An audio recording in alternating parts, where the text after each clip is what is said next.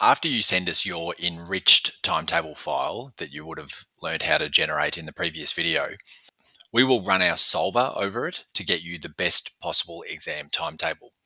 We will then, very, very shortly afterwards, send you back a solution file. At that stage, you will have the enriched TFX that you sent us and the solution CSV file that we sent you back.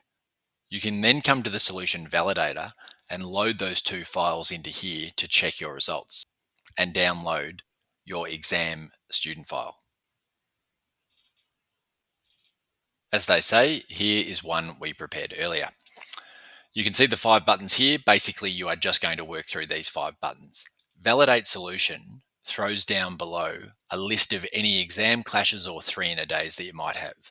I deliberately ran one with clashes and 3-in-a-days, one that's essentially infeasible to not get clashes or 3-in-a-days, so that I could show you how this looks here. Some structures just won't lend themselves to clash-free timetables, but we guarantee that if it's possible to get a clash-free timetable or a timetable where students don't have 3 exams on the same day, we will get it for you. If you scroll down here, you'll see also a list of students who have a long break. These are students you might need to supervise if they've got an exam in session 1 and 3 on the same day.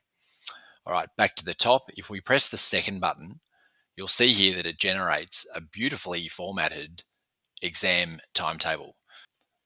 Not only do you get a printout of the number of students in each exam, but you can also see that if students are in 2 year levels and are undertaking the same exam, then it will document the number of students in each year level for you.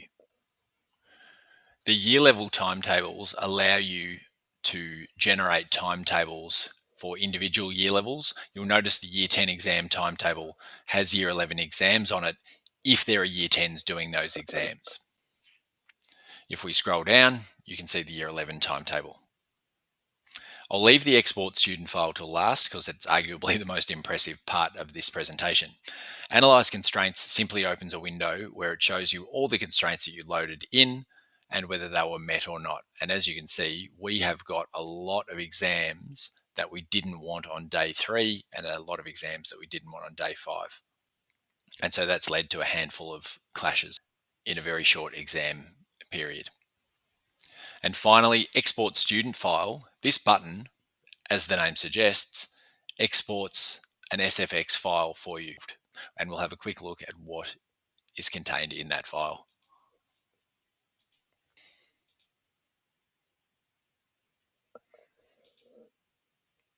If I go to my downloads, I'll download the latest one. If you have a look at the student details, you can see that every student is in the file. The options, the codes here are the exam codes that we've used. And you'll see that Maths Methods has X1 and X2 for the 2 papers. All student preferences are populated. The grid has been generated for you. And if you go to Edit Grid Report, you'll notice that the roll class is assigned to each class. And if you double click on the line column, you'll see that the lines have been named according to their day and session. You should be able to take this file and link it to a TFX and, if you so choose, generate a timetable TFX in only a few minutes.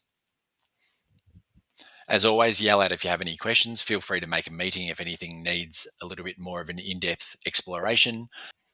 Otherwise, we look forward to generating the best exam timetable you've ever had in the coming days.